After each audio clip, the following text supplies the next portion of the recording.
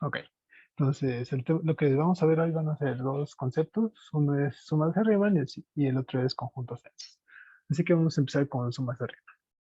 Bueno, pues ya después de nuestra primera parcial, creo que ya más o menos a todos nos queda claro la idea detrás de las sumas superiores e inferiores, ¿no? Simplemente es mediante la partición de un intervalo en donde está definida una función acotada f, lo que queremos hacer es pues tratar de aproximar el área que está bajo la gráfica de la función f, ¿no? Mediante rectángulos. En el caso de las sumas superiores de f, p, nos tomamos los rectángulos que tengan base, pues los puntos consecuentes de la partición y que tengan altura el supremo de las imágenes de las x en esos puntos bajo f, ¿no? Entonces, en este caso, bueno, pues, en este caso, este punto resulta ser el supremo de la función f en el intervalo t0, t1, ¿no? Y así sucesivamente. Entonces, pues a nuestra partición, calculamos cada supremo en cada uno de esos subintervalos y al final sumamos el área de todos esos rectángulos. Y esa es nuestra suma superior. En el caso de la suma inferior, hacemos algo similar, pero en vez de considerar los supremos, nos consideramos a los ínfimos en la partición. Digamos que ese punto verde ahí es el ínfimo para el primer intervalo y pues hacemos lo mismo, ¿no? Tomamos rectángulos que tengan bases de puntos sucesivos en la partición y que tengan por altura el ínfimo de la partición, ¿no? Eso nos genera otra nueva área. Y pues entre más fina sea nuestra partición, más vamos a aproximar a el área bajo la curva F, la gráfica de F, mediante estas particiones, ¿no? Mediante estas sumas. Ok. Pero, ¿qué pasa si no queremos utilizar ínfimos y supremos? ¿Qué pasa si yo doy una partición cualquiera de mi intervalo A, B, en vez de considerarme el supremo y el ínfimo de las imágenes en un subintervalo, me tomo un punto cualquiera? Por ejemplo, que en este intervalo me tome este punto X. Bueno, este va a estar en el intervalo, en el segundo intervalo de la partición, entonces vamos a ponerle X2, no sé. Y nos fijamos en su imagen, que esta sea f de x2, y pues generamos un rectángulo que tenga por altura esa imagen y que tenga como base pues ese intervalo de la partición, ¿no? Y así para cada subintervalo elegimos un punto sobre la partición, sobre el subintervalo, perdón. Nos fijamos en su imagen y eso nos genera un nuevo rectángulo, ¿no? Con altura esa imagen. Vamos por acá. Digamos que ahora aquí nos tomamos este punto x4, no sé. Eso nos va a generar una nueva altura. Nos va a generar un nuevo rectángulo. Y así con todos los demás rectángulos de la partición, ¿no? Digamos que acá nos hayamos tomado este punto de acá, que este sea el x1. Y por acá que este sea el x5, el último punto. Entonces, en vez de considerarnos supremos e ínfimos, lo que estamos haciendo es en cada subintervalo de la partición nos tomamos un punto cualquiera, el que se nos antoje, nos fijamos en su altura y generamos rectángulos que tengan esa altura, ¿no? Bueno, y pues lo mismo, ¿no? Sumamos el área de todos estos rectángulos. Ahora, no va a pasar como en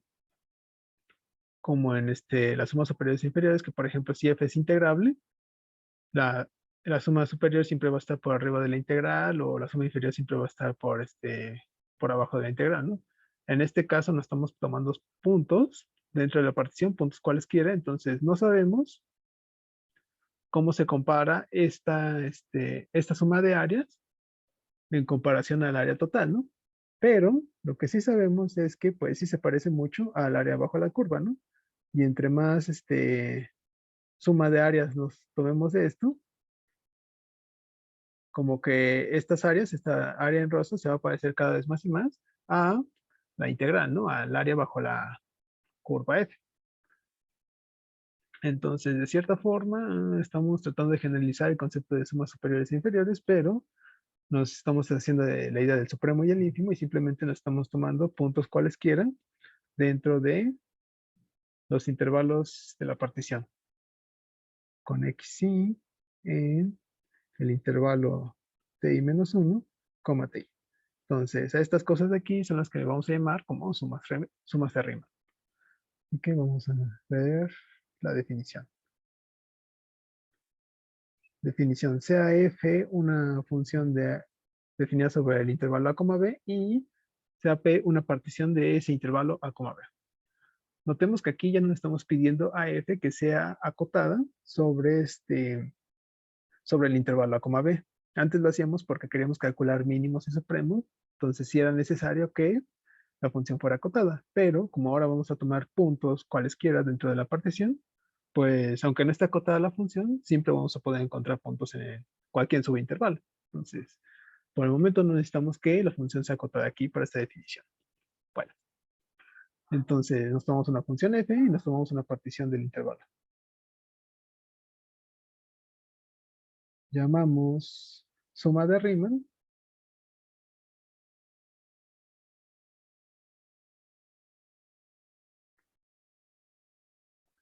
Riemann de f, de la función f para la partición p, al número ese que había puesto allá arriba, ¿no? La suma desde i igual a 1 hasta n de f evaluada en xi por la longitud del respectivo intervalo ti menos 1.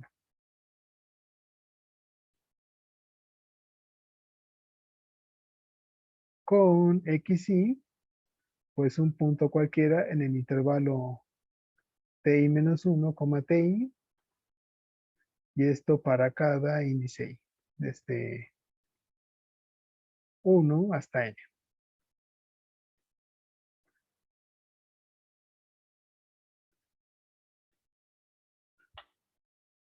¿Vale? Entonces, esa es nuestra definición de suma de Riemann. Es casi lo mismo que suma superior e inferior, pero en vez de tomarnos ínfimos o supremos, nos tomamos cualquier número, cualquier imagen f de xi dentro del intervalo, ¿no? Ahora, como les dije, no sabemos exactamente si podemos comparar cualquiera de estas sumas de Riemann con la integral, si existe, pero parece que sí la vamos a poder comparar con la suma superior e inferior. ¿Y esto por qué? Bueno, dado que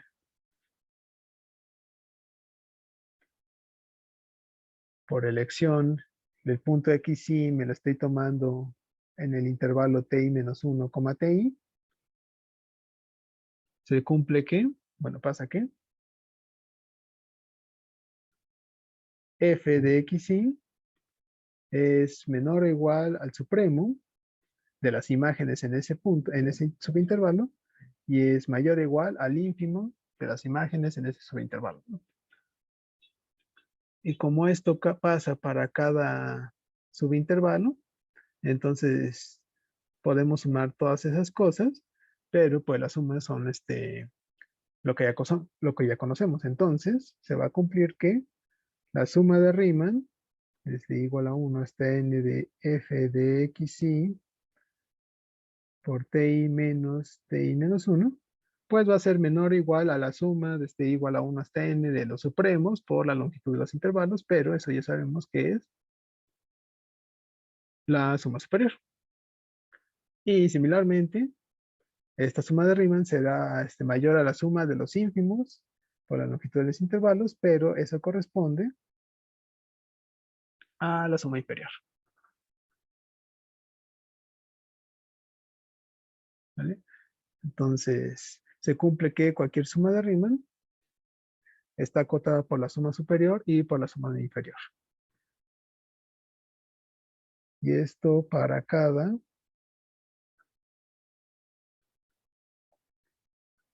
suma de Riemann.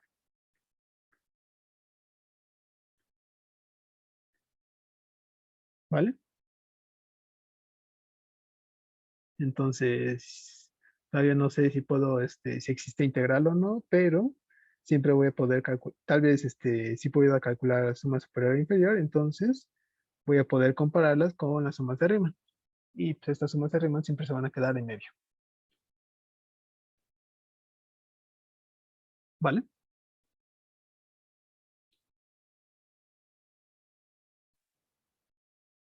Bueno. Ajá. Ok. Entonces, estoy diciendo que, ajá, siempre va a ser, están en medio y pues la suma inferior siempre está por debajo de la suma de Riemann y la suma de Riemann siempre va a estar por debajo de la suma superior. Ahora la pregunta es, ¿son estas cosas en equivalentes? Una suma de Riemann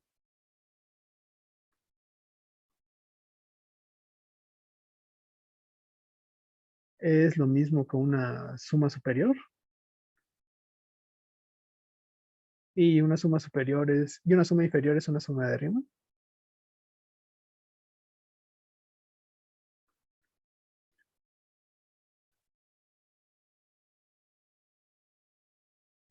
Porque, por ejemplo, cuando nosotros calculamos la integral de la función, de la función de identidad en un intervalo 0,b, pues lo que pasaba es que, ajá, poníamos nuestra partición y bla, bla, y como esta cosa era creciente, teníamos que el ínfimo, bueno, el supremo, perdón, era f evaluada en el punto t, en el extremo derecho del intervalo. Y en general así lo hacíamos con la función x cuadrada, con la cúbica, y etcétera. Entonces, sí se da el caso en el que alguna suma superior sea una suma de Riemann. Y también se va a dar casos en los que la suma inferior sea también sumas de Riemann. Entonces, siempre pasa eso.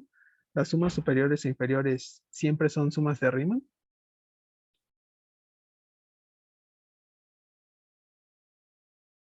Bueno, aquí en el chat dicen que podría ser la igualdad, solo se cumple cuando f es integrable. Jessica. Ajá, sí. Cuando f es integrable. Pues no necesariamente cuando f es integrable.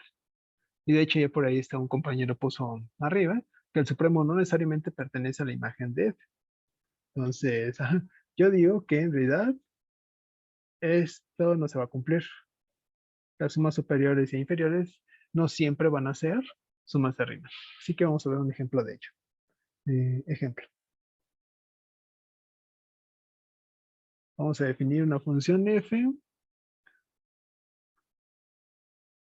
Vamos a ponerle que vaya esté definida sobre el intervalo menos 1, 1 a r como,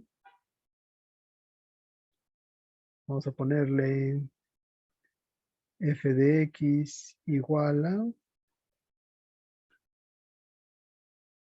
x si x pertenece al intervalo abierto menos 1, 1.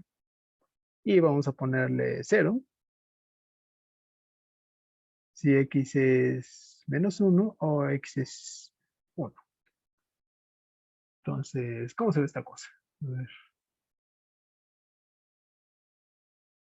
ponemos nuestro intervalo. Digamos que el 1 está por acá. Por acá va a estar 1, por acá va a estar menos 1, pero va a estar menos 1. Entonces, lo que hace la función es que,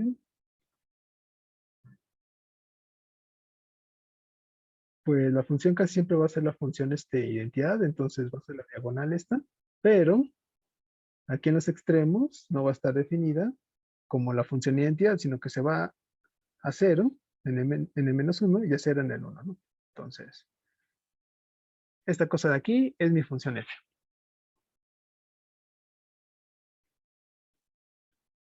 Y pues, si se dan cuenta, parece que esta cosa ya va a cumplir que es suma superior e inferior. No van a ser, podemos encontrar particiones en las que la suma superior e inferior no sean sumas de Riemann. Por ejemplo, vamos a tomarnos la partición trivial. Sea P igual a el punto la unión de los puntos menos 1, 1. Esta cosa, pues sí, es una partición del intervalo, ¿no? Pues es la más sencilla que podamos encontrar. Y vamos a tomarnos un punto, el punto x1 igual a 0. Y este punto pertenece a ¿cómo se llama? Al intervalo T0, T1 de la partición. Recuerden que para generar una suma de Riemann, necesitamos un punto en el intervalo donde estamos viendo las f. Bueno, entonces, ¿quién va a ser la suma inferior aquí? La suma inferior va a ser, por ejemplo,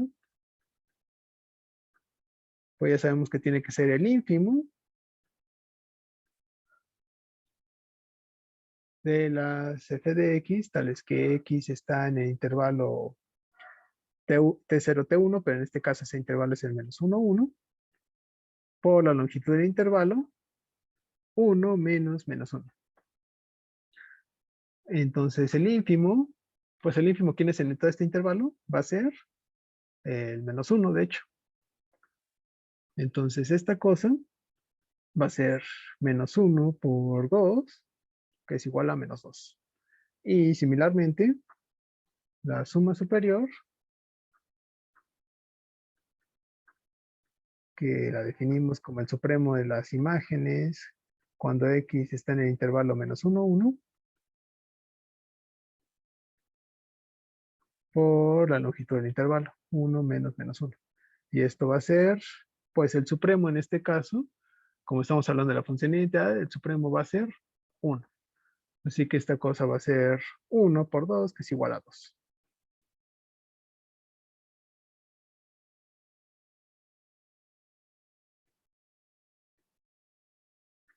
Y aquí vamos a quitarle que x1 era el 0 y vamos a tomar cualquier x1 entre t0 y t1. Entonces, tenemos esto. ¿Y quién va a ser la suma de Riemann? La suma de Riemann sería x1 por la longitud de intervalo. Y esto va a ser 2 veces x1. Ahí le puse x. Ahí está. Pero, no es cierto. No va a ser x1, va a ser f de x1. Porque es la imagen del punto que nos tomamos. Pero pues como vemos, la función nunca alcanza al punto, no alcanza el valor menos 1 ni el valor 1, sin importar qué x nos tomemos en el intervalo. Entonces f de x nunca es 1 y f de x1 nunca es menos 1 tampoco. Entonces, la suma de Riemann, vamos a ponerle una notación. Vamos a ponerle la S para suma de Riemann. Entonces, esta suma de Riemann no puede ser la suma inferior y tampoco puede ser la suma inferior para ninguna suma de Riemann que consideremos. Entonces, se cumple que esta suma de Riemann no es suma superior o inferior, o que la suma de inferior y la suma superior no son sumas de Riemann para cualquier suma de Riemann S de f en P. Entonces, este es un ejemplo de una función tal que pues la suma superior y la suma inferior nunca son sumas de Riemann.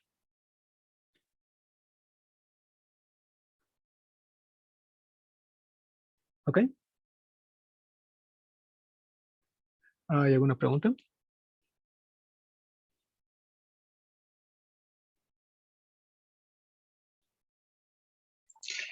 Profesor, en esta parte donde pone y f de x1 y como multiplicado por 1 menos por 1, Ajá. concluimos que era 2f de x1. ¿No en este caso deberíamos poner la pura f de x normal o por qué pusimos f de x1? Porque para tomarte una suma de Riemann, tú lo que necesitas es un punto sobre el intervalo de la partición. En este caso, el único intervalo de la partición es el -1, 1.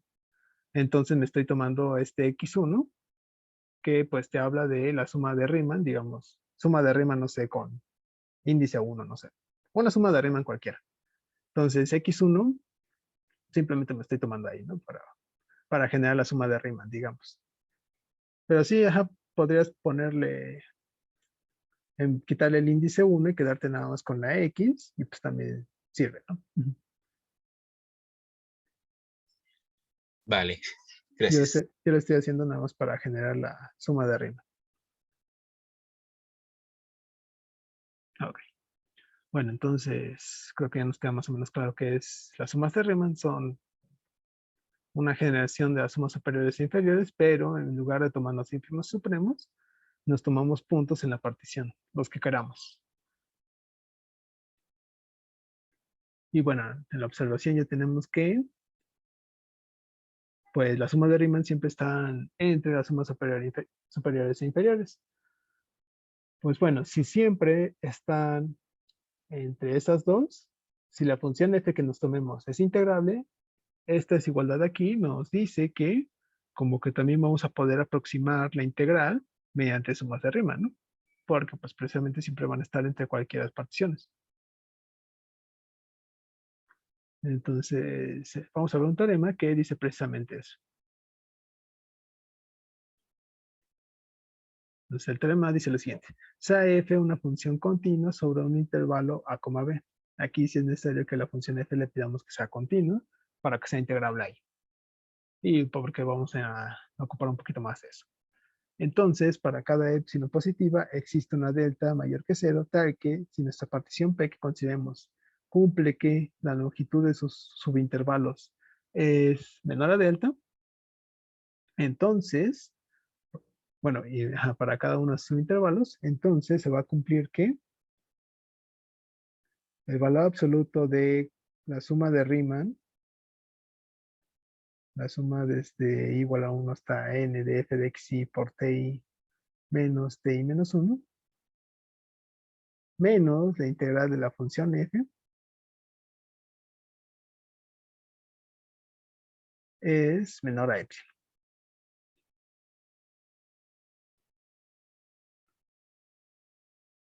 Y esto para cualquier suma de Riemann.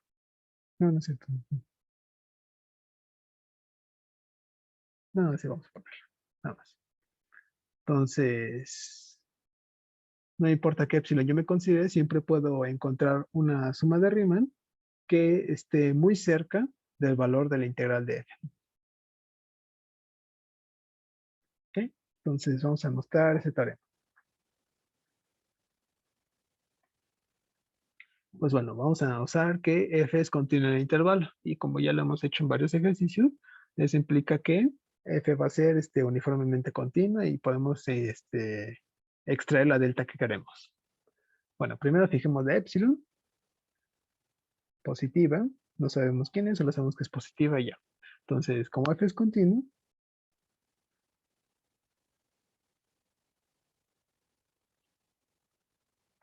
en el intervalo a, b, también es uniformemente continua en ese intervalo. También es uniformemente continua en a, b.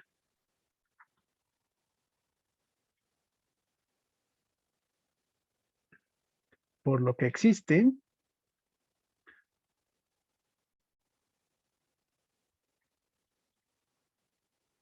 delta mayor que cero, tal que si x y y son puntos en el intervalo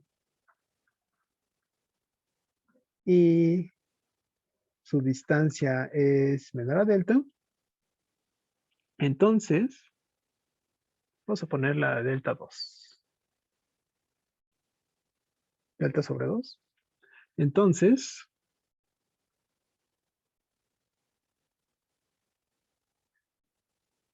la distancia de sus imágenes, f de x y f de y, va a ser menor a, vamos a ponerle epsilon sobre 2 veces b menos a. Epsilon es positiva, b menos a es positivo, entonces toda esta cosa es positiva. Ok, entonces solo estoy utilizando hasta el momento que f es uniformemente continua sobre el intervalo. Y pues genera una delta que es la que me va a servir.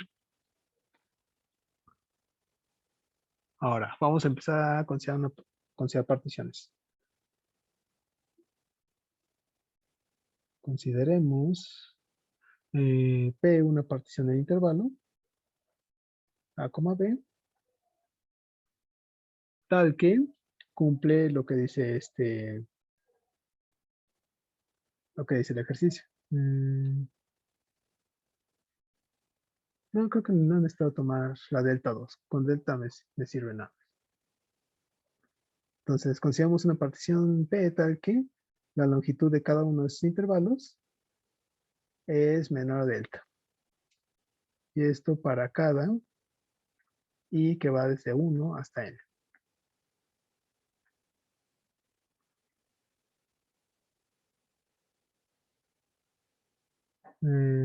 Delta sobre 2 porque pensé que íbamos a acotar algo, pero no va a ser necesario. Es con delta es suficiente y qué positivo está usando la desigualdad de la continuidad uniforme.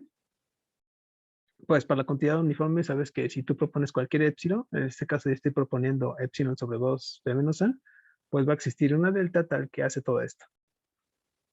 Entonces creo que a lo que te refieres es este epsilon sobre 2 b menos a. Ok. Entonces, tenemos una delta, tenemos esta desigualdad y tenemos una partición tal que la longitud de cada uno de los intervalos es menor a delta. Vale. Ahora vamos a ver cuál es la diferencia. Vamos a ver que podemos acotar la diferencia de la suma superior con la suma inferior. Esto ya sabemos que lo podemos ver como la suma de igual a 1 hasta n de los m mayúscula i menos los m minúscula i por la longitud de los intervalos. ¿Vale? Ahora, ya sabemos que la longitud de los intervalos de todo este delta, a ver si lo vamos a quitar. No necesitamos esta la delta todavía aquí.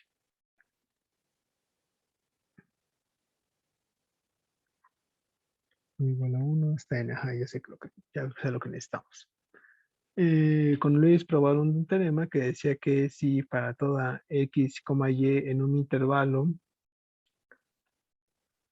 se cumple que la longitud de sus imágenes siempre está por abajo de epsilon, es menor o igual a una epsilon, entonces lo que podrían concluir es que la diferencia del supremo y el ínfimo también tiene que estar por abajo de epsilon. ¿Vale? En este caso, pues sabemos que cada punto dentro del intervalo ti menos 1, ti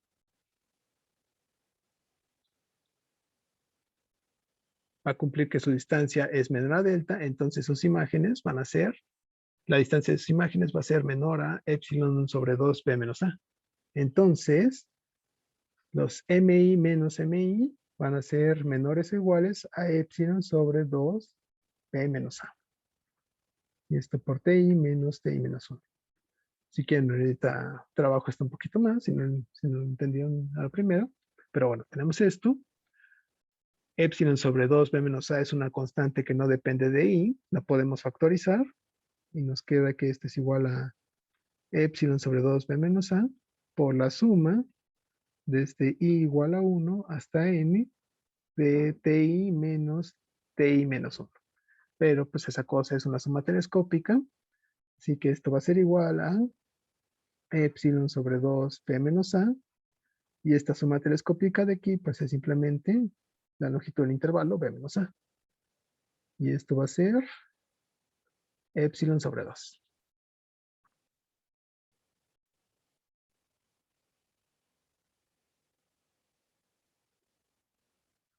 Entonces, lo que podemos decir es que por cómo nos tomamos a la función y por cómo nos tomamos nuestra partición, la diferencia de la suma superior y la suma inferior siempre va a estar por debajo, va a ser menor o igual a epsilon medios.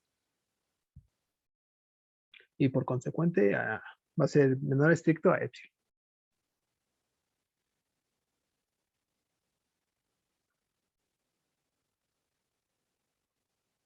Vale. ¿Hasta aquí hay alguna pregunta?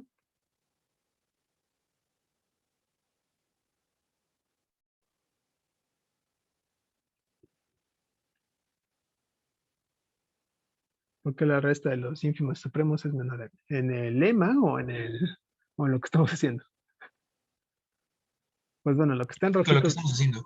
ajá, es, ok, sabemos que vamos a considerarnos, bueno, vamos a ponerlo en moradito. Consideramos puntos x, y en el intervalo ti menos 1, ti. Entonces sabemos que pues la distancia de x a y pues tiene que ser menor o igual a la distancia de ti a ti menos 1, ¿no? Creo que eso queda claro. Pero pues estamos diciendo que la distancia de ti a ti menos 1 es menor a delta. Así nos tomamos la partición. Entonces, como la función es uniformemente continua, se cumple que la distancia de las imágenes de f de x a f de y es menor a epsilon sobre 2 b menos a. Pero pues esto se cumple para cualesquiera puntos x y y dentro del intervalo ti menos 1, ti. Entonces, el lema en rojo que ya vimos, que ya vieron con Luis, nos dice que el supremo menos el ínfimo de ese intervalo también van a estar acotados por la misma cota epsilon sobre 2b menos a. Entonces, por eso es que podemos acotar el mi menos 1 con esta epsilon sobre algo. ¿Sí?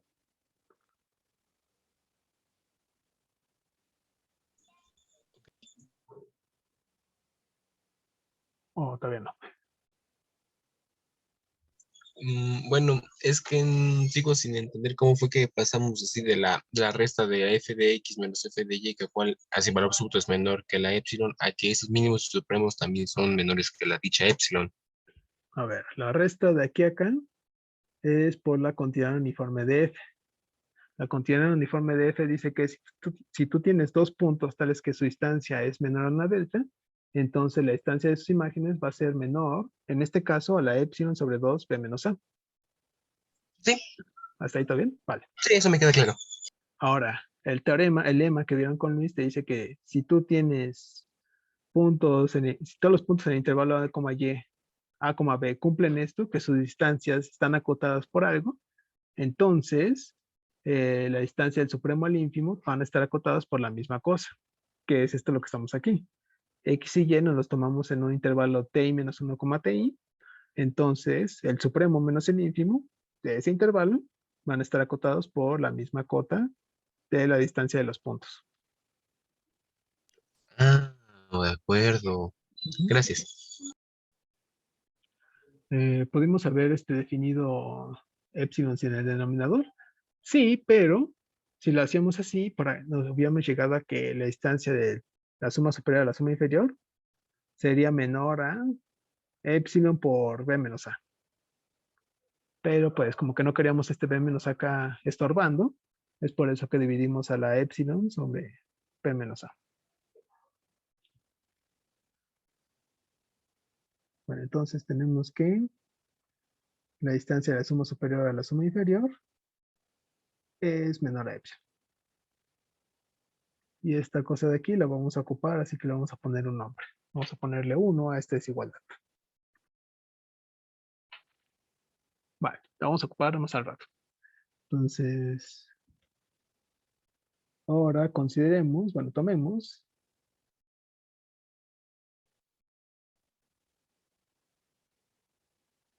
cualquier suma de Riemann de f para p. Y esta suma de Riemann va a ser pues esta de acá, ¿no? la suma desde igual a 1 hasta n de las imágenes por la longitud de los intervalos. Ya saben, ¿no? Donde xy puede ser cualquier punto que se nos antoje dentro del intervalo ti menos 1, ti. Pues bueno, por la observación que vimos hace rato, sabemos que esta suma de Riemann siempre está entre la suma superior y la suma inferior. Aquí voy a quitar ese paréntesis. Ok. Entonces sabemos que esta suma de Riemann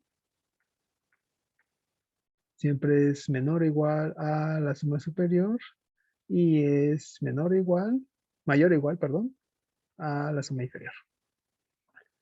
Y esta otra también la voy a ocupar, así que vamos a ponerle 2.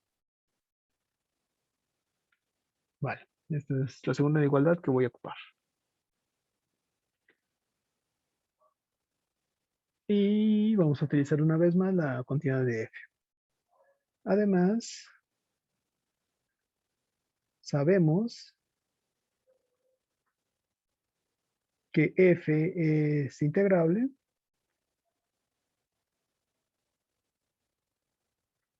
sobre a, b. ¿Por qué es integrable y por qué f es continua?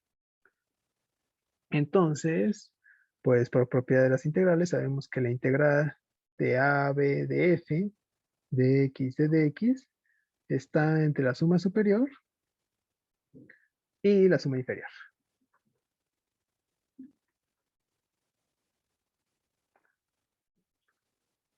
Y voy a multiplicar por un menos 1 esta desigualdad acá. Entonces me va a quedar que menos la suma superior de f en p va a ser menor o igual a menos la integral. Y esto a su vez va a ser menor o igual a menos la suma inferior.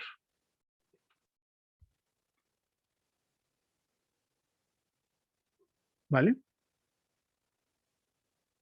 Y eso va a ser mi desigualdad 3. Entonces, vamos a sumar la desigualdad 2 con la desigualdad 3. Sumando 2 y 3. ¿Qué sigue? Bueno, pasa que la suma de Riemann, la suma desde igual a 1 hasta n de f de x por ti menos 1, menos la integral de f, esto va a ser menor o igual a la suma superior menos la suma inferior. ¿Sí? Le estoy sumando esto y esto de ambas de las desigualdades 2 y 3. Pero a su vez, esto va a ser mayor o igual a la suma inferior menos la suma superior. ¿Vale?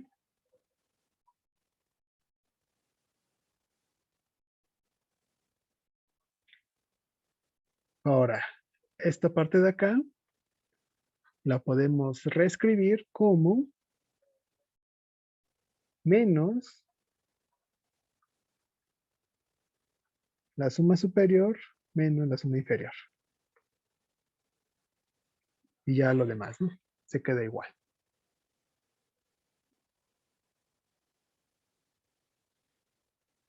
Entonces tenemos que menos la suma superior menos la suma inferior es menor o igual a la suma de Riemann menos la integral.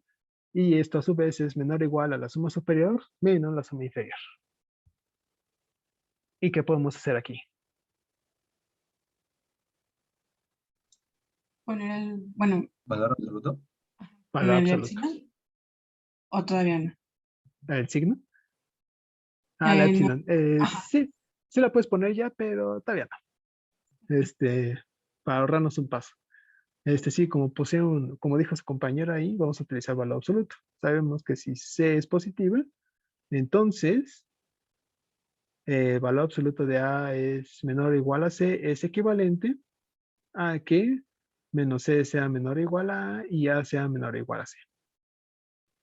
Entonces, aplicando esto y sabemos que la suma superior menos la suma inferior siempre es mayor o igual a 0, se sigue que el valor absoluto de la suma de Riemann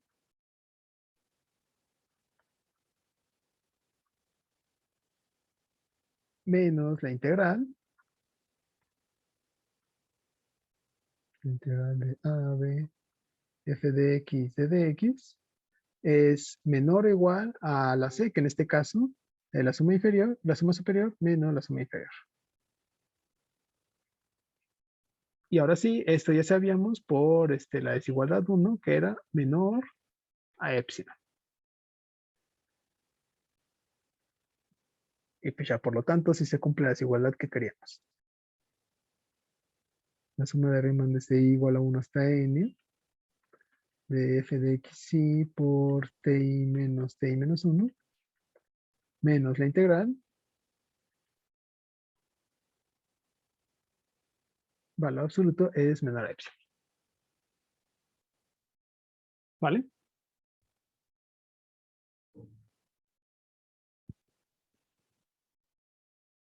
¿Hay alguna pregunta?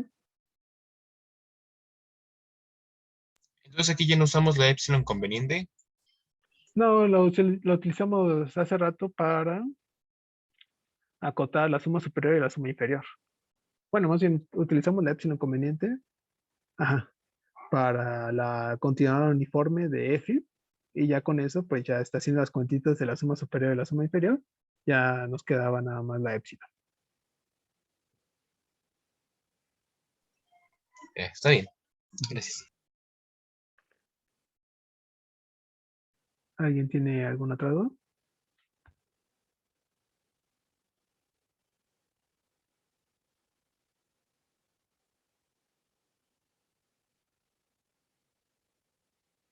¿No?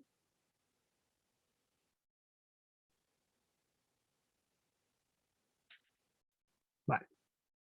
Pues bueno, entonces, como les mencioné, este teorema nos dice que no solo podemos aproximar a la integral de una función con sumas superiores e inferiores, sino que también, si existe la integral, vamos a poderla aproximar con sumas de Riemann, que no necesariamente estén definidas a partir del supremo y del ínfimo. Y de hecho, podríamos hacer un teorema similar que ya vimos en clase con sucesiones de particiones.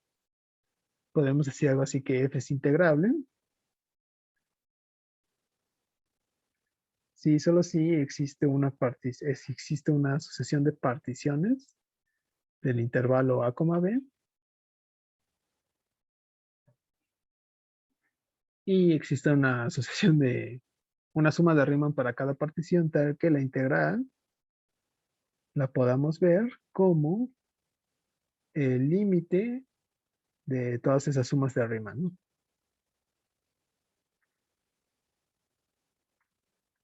T menos 1. No sé, x a la... algo así. Y que n represente pues la partición en la que están tomando la suma de Riemann. Entonces sí, ya con esto podemos aproximar la integral de diferentes maneras. Ahorita ya no vamos a utilizar mucho esto porque pues ya más o menos con el teorema fundamental vamos a poder calcular primitivas de una función sin necesidad de recorrer a las sumas superiores e inferiores, mucho menos a las sumas de Riemann, pero más adelante vamos a empezar a ver aplicaciones de la integral y vamos a ver cosas como calcular la longitud de una curva o calcular volúmenes de un área rotada, algo así. Entonces, aquí es donde nos va a ayudar mucho las sumas de Riemann, el aproximar una integral mediante sumas que no dependan del supremo o del ínfimo. Y que por el momento lo vamos a dejar aquí, pero pues esto nos ayuda más adelante. ¿Sí? Entonces, ¿alguien tiene alguna pregunta? ¿A qué se refieren esas como n's que están arriba de la x1, t1 y menos t? Lo que pasa, ajá, aquí lo vamos a poner. Lo que pasa es que para cada suma de Riemann, para cada partición te va a generar una suma de Riemann, ¿no? Entonces, digamos que la n te dice que esta suma de Riemann corresponde a la partición Pn. Esta es de la partición Pn. Entonces, si tú eliges si tomas la partición n más 1, entonces también vas a tener una suma de Riemann, pero con índice n más 1 y así sucesivamente. Entonces, por eso le pongo n. De acuerdo. Ujú. Gracias. Vale. ¿Alguien tiene alguna otra pregunta por el momento?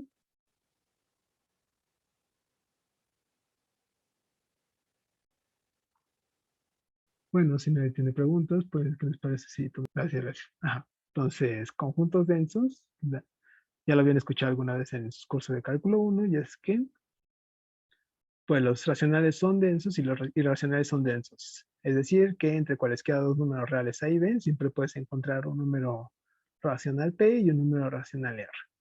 Así que la idea es generalizar esta propiedad para ciertos conjuntos, ¿no? Entonces vamos a dar una definición que precisamente generalice esa propiedad, ¿no? ¿Qué definición?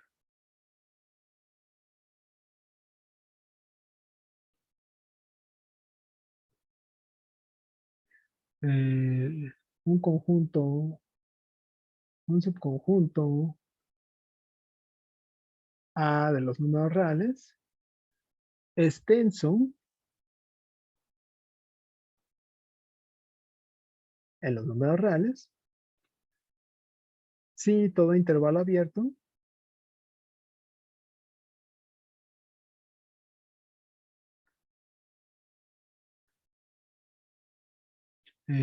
contiene al menos un punto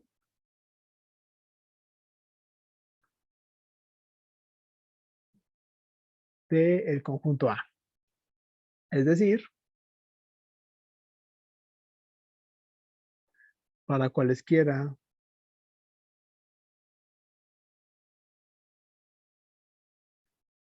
A, B en los números reales con A menor a B, se cumple que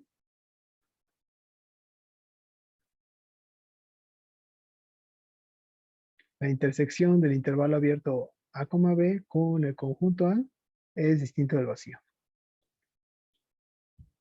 Eso va a ser nuestra propiedad de densidad, o que un conjunto sea denso. No importa absolutamente qué intervalo te tomes, qué intervalo abierto, siempre vas a encontrar elementos del conjunto en dicho intervalo. Entonces estamos hablando de intervalos grandes, como se ve en la imagen, o intervalos muy pequeños, como esta cosa de acá, ¿no? Este A, B. Sí, no importa qué te fijes, eh, siempre vas a poder encontrar elementos de conjunto. Ahora, si A y B son subconjuntos de R y A está contenido en B, decimos, o bueno, diremos que el conjunto A es denso. mm, Es que no sé si ponerle B así.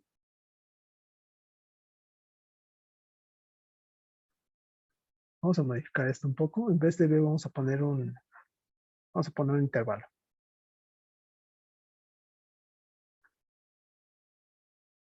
Si A y el intervalo, B están contenidos en los reales y A está contenido en el intervalo A, B,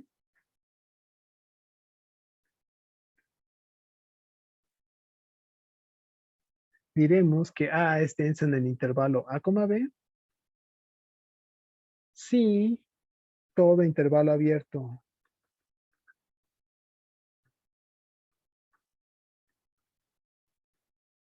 contenido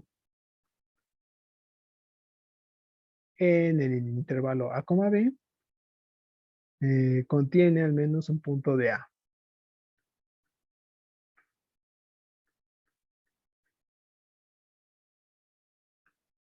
Entonces, la definición de conjunto denso es en general para cualquier subconjunto de R. Pero ahora, ¿qué pasa si en lugar de fijarte en un subconjunto de R, en todo R, te fijas simplemente en un intervalo de R, un intervalo cerrado A, B? Bueno, la idea probabilidad de que un conjunto sea denso ahí es la misma. Vamos a decir que, o sea, es algo así y tiene un montón de puntitos por acá, ¿no? Que este sea nuestro conjunto A.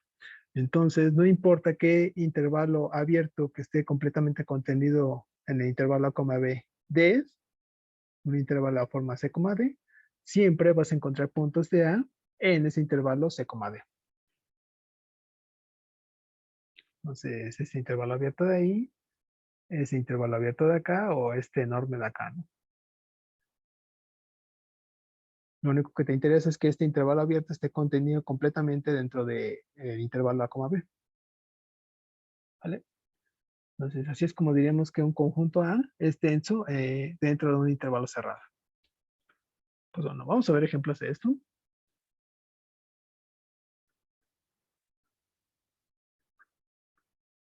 Ejemplos, pues primero los que ya sabemos. Los racionales y los irracionales son conjuntos densos.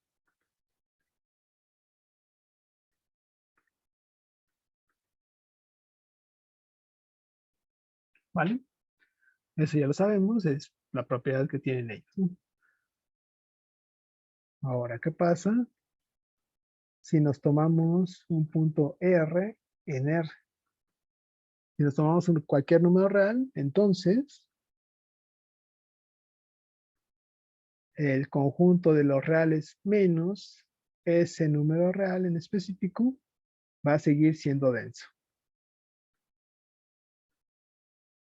Sobre todo los reales. Entonces, aquí, ¿qué estoy diciendo? Tú tienes a todos los números reales y tu conjunto denso, vamos a ponerlo morado, va a ser todos los números reales otra vez, a excepción de un punto por acá, ¿no? Digamos que este punto lo llamamos R. Vale, entonces ese es tu conjunto, es tu conjunto que es candidato a ser denso. Y pues sí, ¿no? Cualquier intervalo abierto que no contenga el punto R, pues va a tener elementos de este conjunto en morado, ¿no? Este por acá, este por acá y este por acá. Ahora, ¿qué pasa si tú tienes un intervalo abierto de R que contenga al punto R? Pues bueno, aunque al conjunto morado le estás quitando el R, pues aún así puedes encontrar varios números reales dentro de este intervalo abierto que no son R. Por lo tanto, este intervalo abierto va a intersecar a este conjunto morado. Así que sí, si a los reales quitamos un número real, este conjunto sigue siendo denso. Y pues generalizando un poquito esta idea, si nos tomamos una cantidad finita de números reales,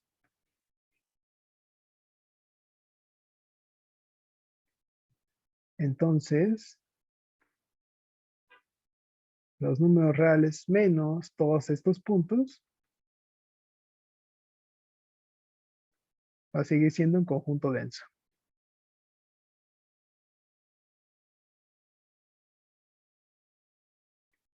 Eso no lo voy a probar, pero pues es un buen ejercicio que lo intenten en casa, ¿no?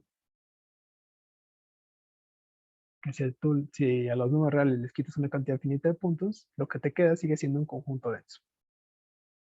Pero bueno, ¿sí se entiende la idea?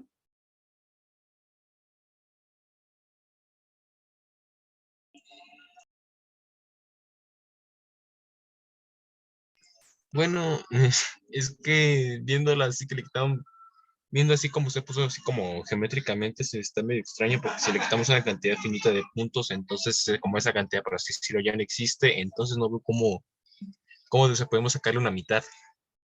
Si en teoría es Oh, como si le hiciéramos un hueco a toda la recta. ok, entonces vamos a demostrar este rápido. Entonces, sea A, B un intervalo abierto en los números reales. Y casos.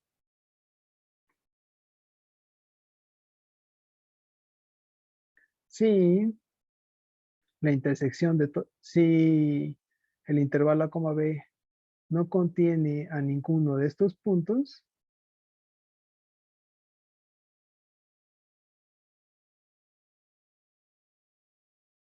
entonces, pues en particular el punto A más B sobre 2, que es el punto medio del intervalo A, B, va a estar en el intervalo A, B y va a estar en los reales menos todos estos puntos.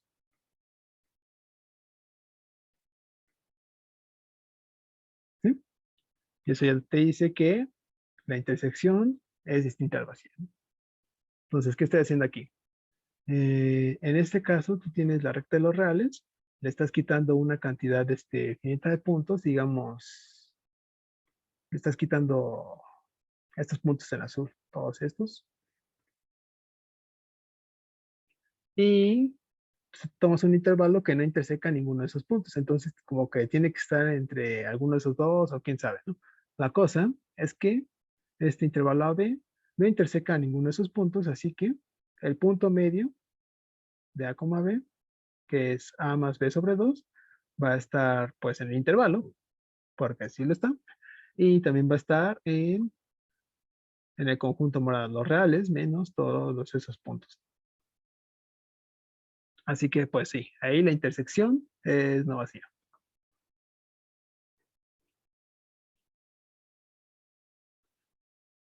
Ahora, ¿qué pasa si se da la intersección de intervalo A, B con esos puntos?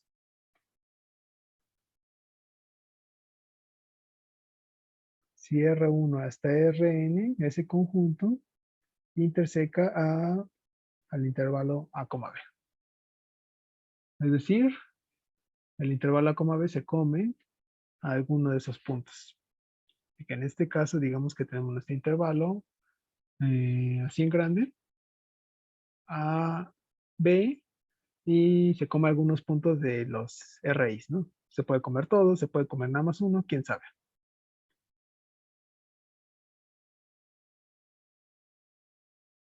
Ok. Entonces, como el conjunto, como esta intersección es finita,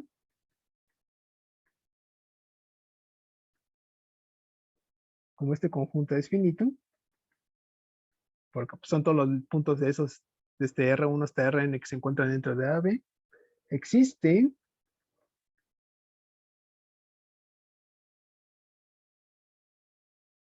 vamos a ponerle, no sé, M mayúscula igual al máximo de todos esos.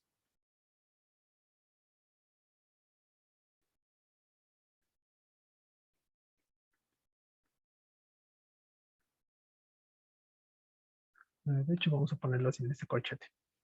Sí, es en este corchete. Ok. Ok, entonces, ¿qué estoy diciendo aquí? El intervalo A, como ves, está comiendo una cantidad finita de esos puntos, a una cantidad, se está comiendo alguno de esos puntos RI, ¿no? No sabes cuántos, pero pues, como todos estos ya eran infinitos, pues entonces los que se quedan dentro del intervalo A, B son una cantidad finita. Entonces puedes calcular el máximo. Digamos que ese máximo sea este M de acá. Ese, no sé, puede ser el R1, puede ser el R3, quién sabe, quién sabe, ¿no? Pero sabemos que entre él y B, pues no va a haber nadie. Entonces, M es menor a B y no existe R, alguno de estos RIs, tal que se meta entre este M y este B. Pues bueno, entonces simplemente queremos un número del conjunto R menos esos números que interseque al intervalo A, B. Nos tomamos el M más B sobre 2. Entonces el M más B sobre 2 va a cumplir que está en el intervalo A, B y va a estar en los reales menos todos estos RI.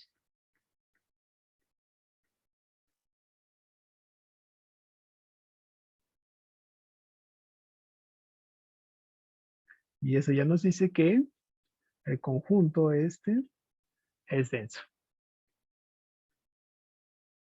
Por lo tanto, R menos todos estos RIs es denso. ¿Vale? Entonces, ¿sí se entendió la idea? En el caso en el que A, B, C, algunos puntos RIs, pues simplemente te fijas en el máximo y ya nada más te fijas en el que está entre el máximo y B. En este caso, pues es M más B sobre 2. Este es un punto del intervalo A, B, porque pues, está entre A y B, y cumple con estar en el conjunto R menos los R's. Así que pues, ya la intersección es no vacía, por lo tanto, el conjunto este es denso. ¿Sí?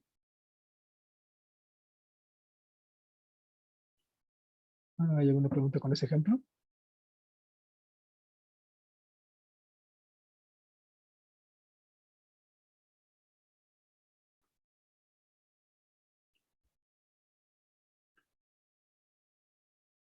Bueno, pues parece que no.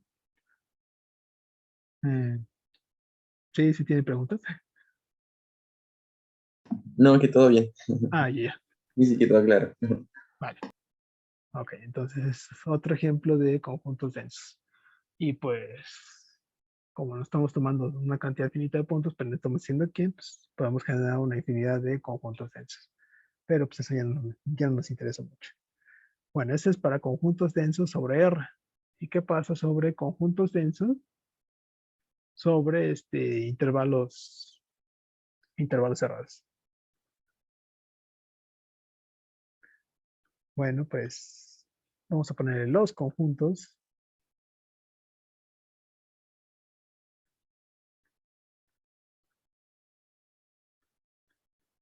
A, B, intersección los racionales y A, B, intersección los irracionales. Estos dos conjuntos son densos en el intervalo A, B. Y esto para cualesquiera, bueno, para cualquier intervalo A, B que ustedes piensen.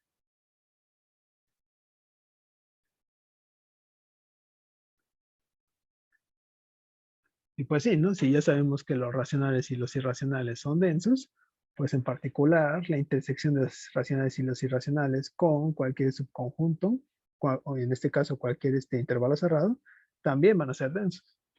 En el caso de este primero, pues son un montón de puntos, son todos los racionales que están dentro de este intervalo, ¿no?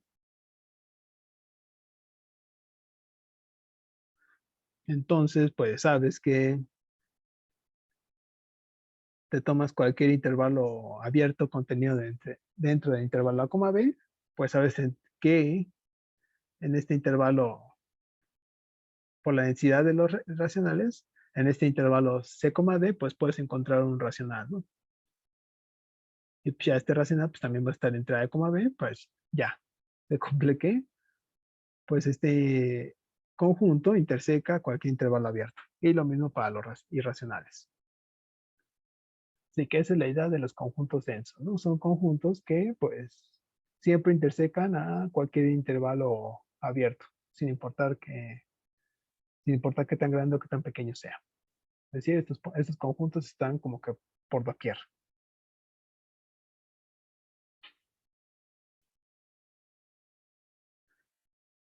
Vale, entonces ya con esto podemos responder uno de los ejercicios que venía en esta tarea. El ejercicio era, en su guía, perdón. El ejercicio era, ¿qué? Creo que era el 12 y era el inciso B, de hecho. No, no era el último, era el D.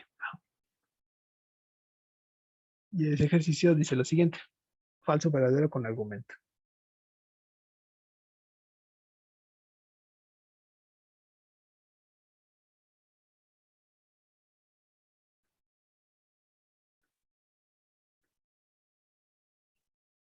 Si f es integrable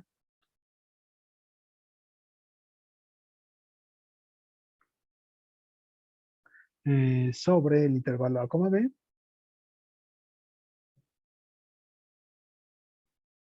entonces el conjunto de puntos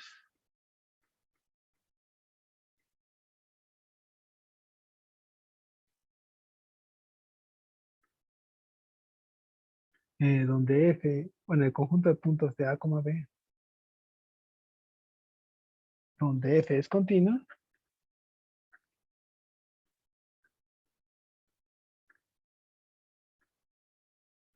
es denso en a, b.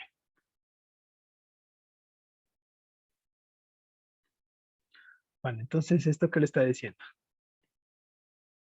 El ejercicio te dice que tienes una función definida sobre un intervalo abierto y sabes que la función es integrable aquí, ¿no? Entonces, si f es integrable en a, b, también puedes decir que el conjunto azul en donde f es continuo, pues está por doquier, ¿no? Dentro del intervalo a, b, ¿no? No importa que este intervalo abierto tú propongas, siempre vas a poder encontrar un punto ahí del conjunto de los puntos en donde f es continuo, así que pues, sí, ese conjunto está por todos lados. Entonces, ¿ustedes qué creen? ¿Que sea verdadero o que sea falso?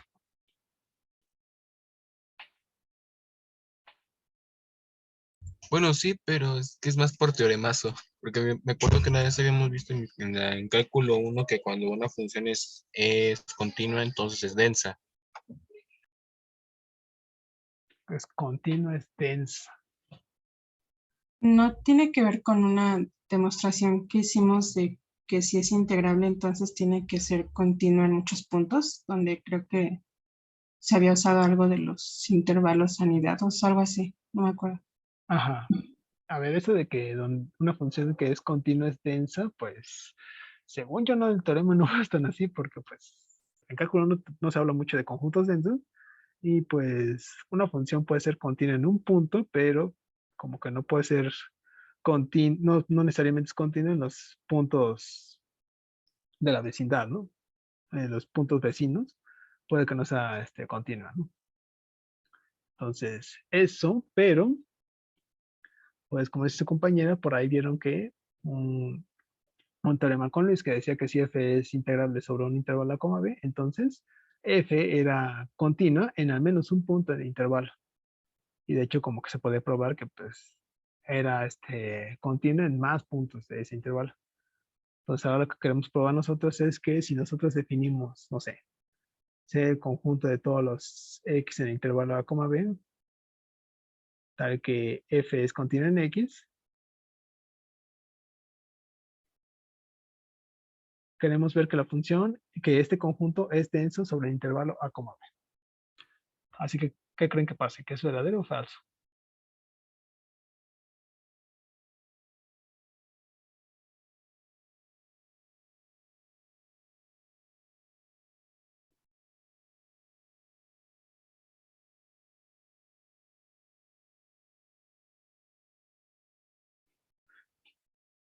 O ni idea.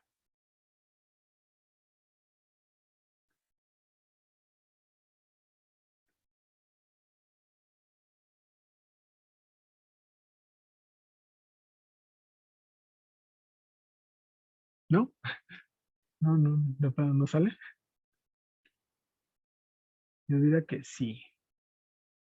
Si por ejemplo por el hecho de eso. Sí, parece que sí va a ser cierto. Entonces, sí, la idea es que esta cosa es verdadera. Vale, entonces vamos a probarlo. Y vamos a definir el conjunto a sea. O sea, sí, el conjunto de todas las x en el intervalo a, b, tal que f es continuo en x. Y sea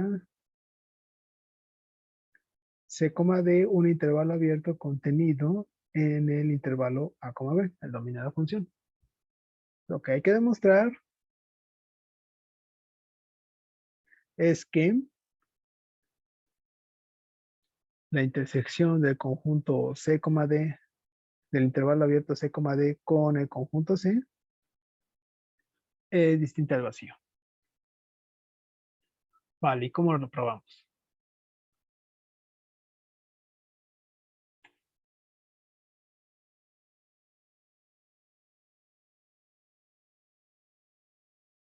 ¿Qué se les ocurre hacer? Tomar un intervalo abierto cualquiera y como construir ahí un punto en el que sí se cumpla la definición de continuidad.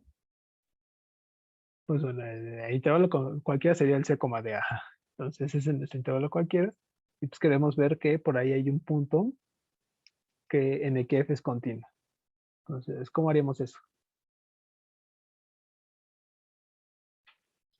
Pues como el intervalo está dentro del A, B, va a ser integrable dentro del intervalo C, D, ¿no? Ujú. Y ya de ahí va a existir un punto continuo y pues ya. Ajá. Ok, entonces, ¿qué pasa? Como el intervalo C, D, ay, me quedó muy feo esto. Como el intervalo C, D está contenido en A, B, entonces se cumple que A es menor o igual a C, C es menor a D y D es menor o igual a B. Entonces, el intervalo cerrado C, D está contenido en el intervalo A, B. Bueno, creo que no necesitamos, con esta desigualdad acá arriba es más que suficiente. Ok, si se cumple esta desigualdad de acá, ¿no? C es mayor o igual a A y D es menor o igual a B. Y ya que F es integrable sobre intervalo grande A, B, se sigue por un ejercicio de la guía.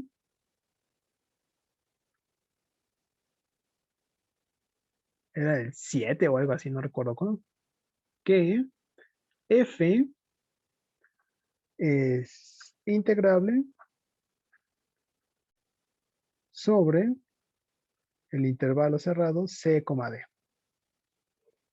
¿Vale? Entonces, yo propongo que, bueno, ya sabemos que F es integrable sobre A, B, entonces sabemos también que F es integrable sobre este intervalo C, D.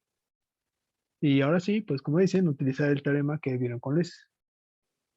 Entonces, existe un punto, vamos a llamarle Y, en el abierto C, D, tal que F es continuo en el punto Y.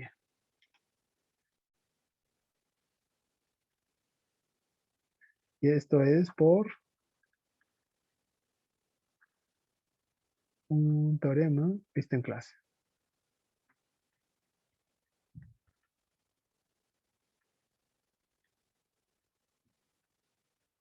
Y ahora, como ya está ya está en el abierto, se cumple que Y es un elemento de C, D. Y además, pues, F es continuo en Y, entonces por definición de conjunto, Y está en el conjunto C. Y eso ya nos dice que la intersección del intervalo C, D con el conjunto C es distinta al vacío. ¿Sí? Y eso se cumple para cualquier intervalo C, D que yo me tome. Ya, por lo tanto, el conjunto C, que es el conjunto de todos los puntos donde F es continuo, es denso en el intervalo A, B. Vale. Entonces, esto les dice no solo que si una función es integrable, también va a ser continua en un montón de puntos del intervalo, sino que esos puntos van a estar por doquier. O sea, no puede pasar que como que F sea discontinuo en cachos grandes, digamos, como que de aquí a acá o de aquí hasta acá, no sé. F tiene que ser discontinuo en espacios muy, muy pequeños o en ahora sí que en puntos específicos, digamos. No sé si recuerden la función de Tomae, era una función integrable, pero no era continua salvo en los irracionales. Y pues de hecho esta función cumplía eso, ¿no? Que no era continua en ningún racional, pero sí en todos irracionales. Y los irracionales es un conjunto denso en el intervalo 0,1. Entonces, ajá, si una función es continua, si una función es integrable, pues es continua en un montón de puntos que están muy cerca de ellos, ¿no?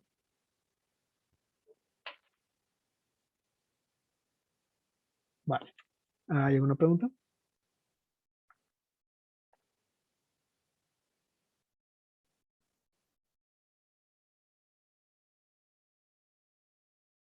¿No?